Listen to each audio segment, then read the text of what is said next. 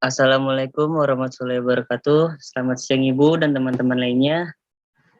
Perkenalkan, nama saya Daftar Zuansyah yang akan bertugas sebagai moderator pada presentasi kali ini.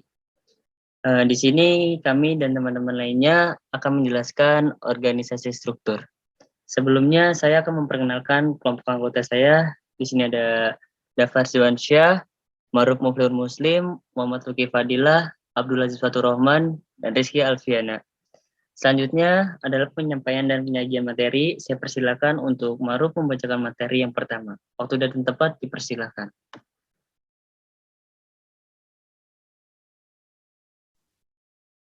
Terima kasih kepada Dava Rizwansyah.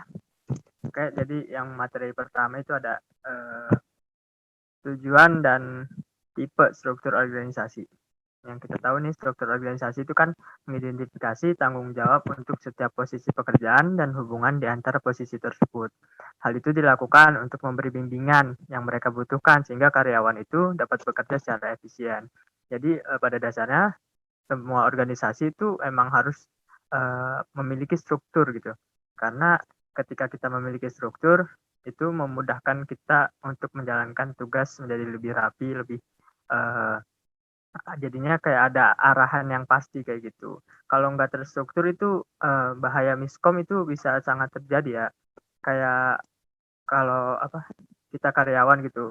Kadang kan kalau nggak terstruktur bisa nerima perintah yang berbeda dari dua petinggi kayak gitu. Jadi kita harus memiliki struktur organisasi ini untuk mencegah hal tersebut. Struktur organisasi ini yang pastinya bikin para karyawan itu bekerja secara efisien. Bukan para karyawan sih, para pekerja kayak gitu. Boleh di next. Nah, dalam organisasi itu kan ada yang namanya chain of command ya. Jadi dia tuh rantai komando, kayak jabatannya gitulah. Yang paling tinggi pimpinannya sampai yang paling bawah. Nah, ini contoh chain of command itu yang pertama presiden, langsung yang terus GM, region. Kalau di Indonesia biasanya umumnya itu ada direksi, direktur utama, dan terus direktur. Kalau contoh sederhananya sih kayak di ini aja ya, ruang kelas. Kayak ada ketua kelas, ada wakilnya, ada bendahara, ada sekretaris, kayak gitu. Boleh dilanjut? Nah, terus tipe-tipe struktur organisasi dalam perusahaan itu apa aja sih? Kan perusahaan itu kan beda-beda ya. Ada yang memiliki banyak karyawan, ada yang sedikit, kayak gitu. Jadi ada 3 nih tipe struktur organisasi dalam perusahaan. Yang pertama span of control, kedua ada organizational height, ketiga ada line versus staff position. Boleh di next. Nah, yang pertama ini ada span of control. Itu tuh rentang kontrol kayak gitulah. Jadi ketika ada berapa karyawan nih yang bisa diatur sama beberapa manajer kayak gitu. Ada 2 jenis nih span of control. Yang pertama ada narrow span of control, yang kedua ada wide span of control. Narrow itu maksudnya menyempit, sempit kayak gitu. Jadi makanya dia memanjang kayak gini nih contohnya ya. Ada presiden, vice presiden, sama sales manager kayak gitu. Yang kedua ada wide span of control. Jadi dia itu melebar ya. Makanya dia kayak gini nih, melebar nggak panjang, nggak tinggi kayak gitu. Contohnya kalau yang narrow itu ada misalnya kayak tadi ya, yang di ruang kelas kayak gitu langsung turun-turun dari ketua kelas ke itu, ke wakil ketua kelas. Kalau enggak di sekolah kayak gitu ya, ada kepala sekolah, wakil kepala sekolah, kayak gitu. Kalau yang wide span of control itu mungkin organisasi-organisasi yang di sekolah ya. Dulu saya kan pernah ikut rohis gitu ya. Jadi anggotanya itu dikit. Nah, karena dari ketua ke bawahannya itu rentangnya tuh cuman dikit gitu. Jadi perintah yang masuk itu nggak perlu melalui beberapa orang gitu, langsung gitu bisa cepat disampaikannya kayak gitu. Juga nggak perlu banyak ini sih, manajer-manajer yang ngatur gitu. Jadi boleh dilanjut. Yang kedua ini ada organizational height, struktur organisasi yang dapat dinilai dari tinggi dan panjangnya itu hampir mirip sama narrow ya. Ya, jadi dia itu hierarkinya itu tinggi kayak gitu, banyak orangnya. Nah, terus yang ketiganya ada line versus staff position. Kalau yang line position itu tujuannya untuk mencapai goals yang direncanakan. Nah, staff position itu tujuannya untuk membantu line position. Biasanya line position ini karyawannya dikit gitu. Jadi perintahnya juga bisa langsung ke bawahan-bawahannya gitu dikit. Boleh dilanjut? Nah, ini ada gambarannya yang lain and staff organization ini bisa dilihat ada presiden, ada direktur computer system, director of human resources. Kalau yang di line organization kan nggak ada ya dia. Jadi kalau di line organization itu dia kayak otoriternya dipegang sama satu tangan nih presiden langsung nyampein arahan-arahannya ke bawah. Nah kalau yang line and staff organization ini kayak ada penasihatnya gitu, dia gunain spesialisasi dari staff-staffnya. Kalau contohnya ya kalau yang line organization mungkin kayak pekerja proyek bangunan kayak gitu ya. Jadi ada mandor yang langsung ngasih arahan-arahan ke pegawainya gitu. Kalau nggak bengkel sih di Indonesia kan bengkel-bengkel di Indonesia kayak gitu ya. Ada bos langsung nyuruh-nyuruh yang bawahannya kayak gitu. Boleh di next. Nah, materi berikutnya akan dijelaskan oleh Abdul Aziz. Kepada Abdul Aziz dipersilakan. Baik, terima kasih. Selanjutnya ada pertanggungjawaban. Nah, dalam perusahaan, baik karyawan maupun manajer tingkat tinggi memiliki tanggung jawab pada tugasnya masing-masing. Manajer tingkat tinggi bertanggung jawab terhadap kinerja umum perusahaan. Nah, perusahaan harus memastikan bahwa setiap karyawan dan manajernya bekerja dengan baik. Nah, lalu manajernya juga harus mengevaluasi karyawan agar mereka lebih bertanggung jawab lagi. Dalam hal ini perusahaan memiliki 3 cara, yaitu Dewan Direktur, Dewan Komite, dan Sarbanes-Oxley Act. Next slide. Nah, ini ada Board of Director atau Dewan Direktur yang bertanggung jawab untuk memantau kegiatan presiden, perusahaan, dan manajer tingkat tinggi lainnya. Badan ini juga bertanggung jawab untuk memastikan bahwa perusahaan dikelola dengan tujuan melayani pemegang sahamnya. Para direkturnya juga bertanggung jawab untuk memantau operasi dan memastikan bahwa perusahaan mematuhi hukum. Boleh dilanjut? Nah, board komite atau dewan komite. Nah, dewan komite ini diberi tugas khusus untuk mengawasi perusahaan. Nah, setiap perusahaan pasti punya set komite sendiri, tapi biasanya komite dibentuk menjadi 3 jenis. Yang pertama itu ada komite kompensasi yang bertugas meninjau gaji dan kompensasi yang ada untuk mula bagi manajer tingkat tinggi termasuk CIO. Nah, yang kedua itu nominasi komite. Nah, nominasi komite ini bertugas menilai apakah anggota dewan yang ada memiliki pengetahuan dan keterampilan yang diperlukan untuk menjadi efektif membuat rekomendasi kepada dewan direksi tentang ukuran dan komposisi papan. Yang terakhir ini ada komite audit yang bertugas mengawasi perekrutan dan pekerjaan auditor eksternal yang mengaudit laporan keuangan perusahaan. Nah, dari 3 komite ini pada umumnya anggotanya itu hanya terdiri dari anggota dewan independen. Kenapa dari anggota independen? Ya, supaya tidak ada konflik kepentingan. Misalnya nih, ada sebuah kebijakan bahwa komite kompensasi hanya akan mencakup direktur luar yang bukan karyawan atau manajer perusahaan. Akibatnya komite dapat menetapkan kebijakan kompensasi perusahaan tanpa menimbulkan konflik kepentingan. Nah, boleh dilanjut. Nah, selanjutnya ada Sarbanes-Oxley Act. Nah, ini itu adalah aturan perundangan yang berlaku di Amerika Serikat yang mengharuskan setiap perusahaan publik untuk membuat laporan keuangan yang sangat mendetail, termasuk memberikan analisis mengenai keuangan dan risiko yang dihadapi perusahaan. Sarbanes-Oxley ini menyebabkan perusahaan untuk meningkatkan proses pengendalian internal mereka dengan melakukan hal berikut. Yang pertama itu membangun basis data informasi yang terpusat. Yang kedua itu memastikan semua data yang diperlukan oleh setiap divisi ditinjau untuk ketepatan. Yang ketiga, menerapkan sistem yang mendeteksi kemungkinan kesalahan dalam data. Keempat itu, mengakui resiko terkait dengan operasi bisnis tertentu. Dan yang terakhir, mempercepat proses transfer data antar departemen. Boleh dilanjut? Nah, selanjutnya akan dijelaskan oleh Muhammad Luki. Oke, selanjutnya itu ada sentralisasi dan desentralisasi.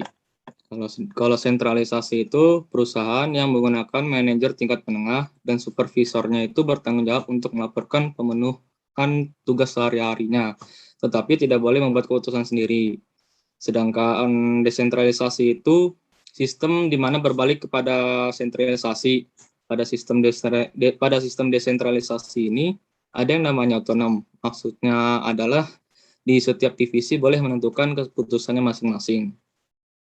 Untuk perbedaan di antara sentralisasi dan desentralisasi sendiri itu, kalau sentralisasi itu bermakna pada kekuasaan pemerintahan pusat. Kalau desentralisasi itu bermakna kepada kekuasaan kepada pemerintahan daerah. Kalau untuk fungsi dari desentralisasi itu sebagai satuan yang lebih fleksibel dalam memenuhi berbagai perubahan yang terjadi begitu cepat. Nah, untuk contoh sentralisasi itu pemerintahan pusat menangani kebijakan pemberian visa kepada warga negara asing. Kalau untuk contoh desentralisasi itu pemerintahan daerah diberi kewenangan untuk mengelola pendapatan asli daerah. Next. Lalu ada derajat desentralisasi. Derajat desentralisasi ini merupakan tingkatan desentralisasi yang baik itu dilihat dari seberapa baik keterampilan manajernya yang nantinya akan diberikan tugas tambahan. Ketika manajer yang akan diberikan tugas tambahan itu adalah seorang yang memiliki keterampilan yang mampu menjalani tugas tambahannya. Lalu ada derajat sentralisasi. Kalau derajat sentralisasi itu beberapa derajat sentralisasi itu diperlukan ketika menentukan bagaimana dana harus dialokasikan untuk mendukung berbagai divisi perusahaan. Materi selanjutnya akan dibacakan oleh Dava. Struktur organisasi formal. Perusahaan biasanya mengandalkan masukan dari karyawan dari berbagai divisi untuk situasi khusus. Sebuah perusahaan dapat memperoleh masukan karyawan. Berikut untuk melengkapi struktur organisasi formal. Satu, ada organisasi matriks. Dalam organisasi matriks, berbagai bagian perusahaan berinteraksi untuk fokus pada proyek tertentu. Karena proyek mungkin hanya memakan waktu sebagian dari minggu kerja formal. Peserta dapat terus tampil dalam tugas-tugas tersebut. Next.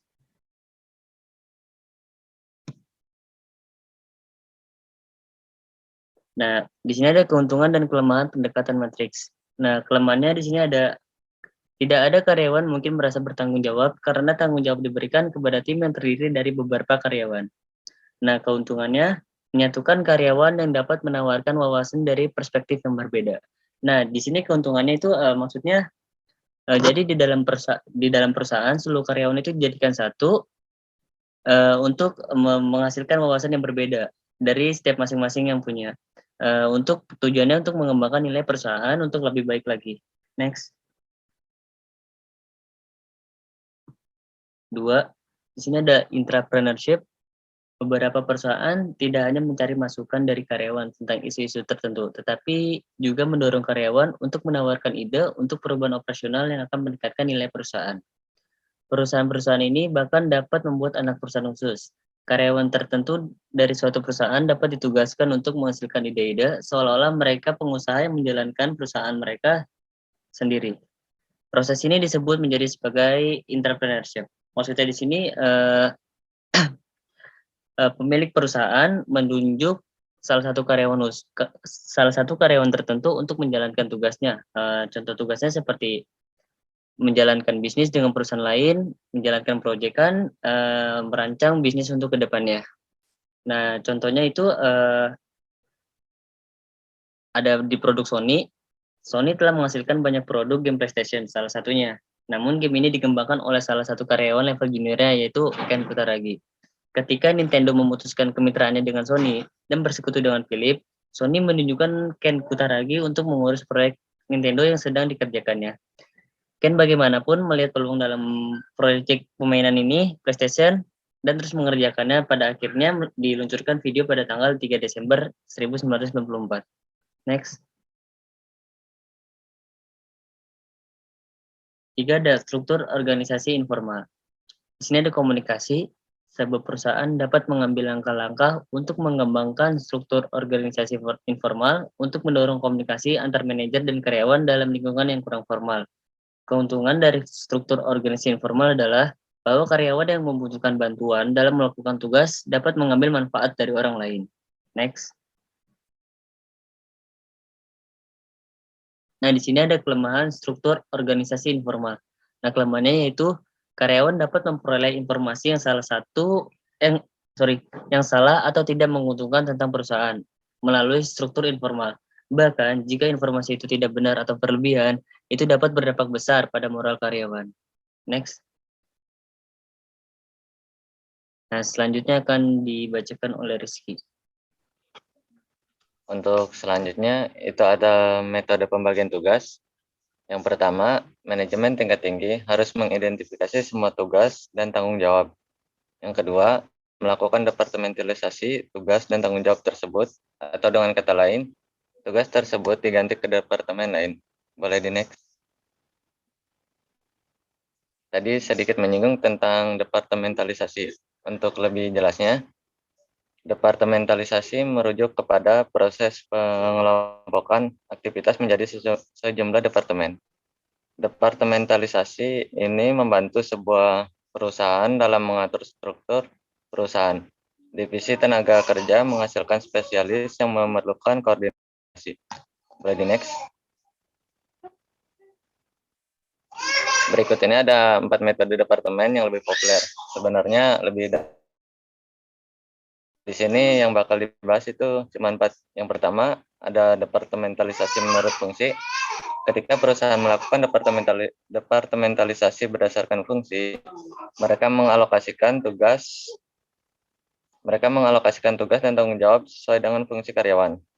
Departementalisasi berdasarkan fungsi ini merupakan bentuk yang paling umum dan merupakan bentuk yang paling banyak digunakan oleh perusahaan-perusahaan yang hanya menghasilkan satu buah produk atau mungkin beberapa produk saja. Untuk keuntungannya sendiri atau keunggulannya sendiri itu menjaga kekuasaan dan kedudukan fungsi-fungsi utama, menciptakan efisiensi melalui spesialisasi, memusatkan keahlian dan memungkinkan pegawai manajemen ke puncak lebih ketat terhadap fungsi-fungsi. Tapi departementalisasi berdasarkan fungsi ini juga memiliki kelemahan. Di antaranya itu struktur fungsional dapat menciptakan konflik antar fungsi-fungsi, menyebabkan kemacetan pelaksanaan tugas yang berurutan pada kepentingan tugas-tugasnya, dan menyebabkan para anggota berpandangan lebih sempit serta kurang inovatif. Untuk yang kedua, ada departementalisasi berdasarkan produk. Di perusahaan besar dengan banyak produk, departementalisasi dilakukan dengan tugas dan tanggung jawab dipisahkan sesuai jenis produk yang dihasilkan. Contohnya itu ada perusahaan General Motors yang telah menciptakan divisi seperti Buick, Cadillac, dan Chevrolet. Departementalisasi berdasarkan produk akan menyebabkan penggunaan karyawan yang tidak efisien yang mengakibatkan pengeluaran yang berlebihan. Seorang manajer keuangan tunggal harus mampu menangani semua tanggung jawab keuangan, dan satu manajer pemasaran harus mampu menangani semua tanggung jawab pemasaran. Dengan demikian, atau dengan kata lain, itu untuk departementalisasi berdasarkan produk itu tidak dianjurkan. Boleh di next. Untuk yang ketiga, itu ada departementalisasi berdasarkan lokasi. Maksudnya ialah pembagian departemen berdasarkan lokasi penjualan produk, misalnya departemen yang mengawasi di Jawa dan Bali, ataupun di Kalimantan maupun di Sumatera.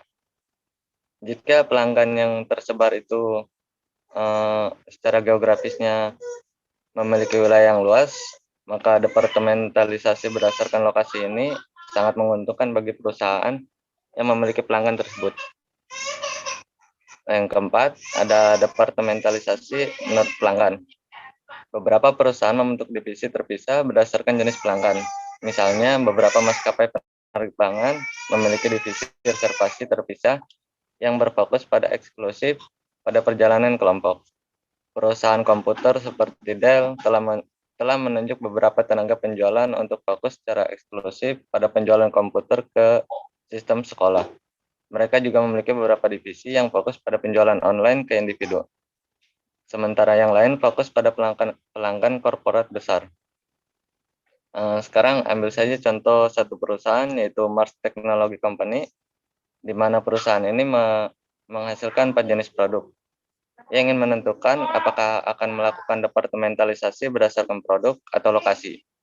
Jika departementalisasi berdasarkan produk, ia perlu mempekerjakan manajer yang berspesialisasi dalam masing-masing dari 4 produk yang diproduksi di masing-masing dari 4 lokasi. Nah, 4 lokasi ini ada di Boston, Chicago, Denver, dan Los Angeles. Ya, manajer harus melakukan perjalanan ke masing-masing dari 4 kota secara berkala untuk memantau produksi dan kondisi di setiap divisi. Manajer ini akan fokus pada produksi produk tertentu yang ditugaskan kepada mereka dan tidak akan melakukan pemasaran atau keuangan.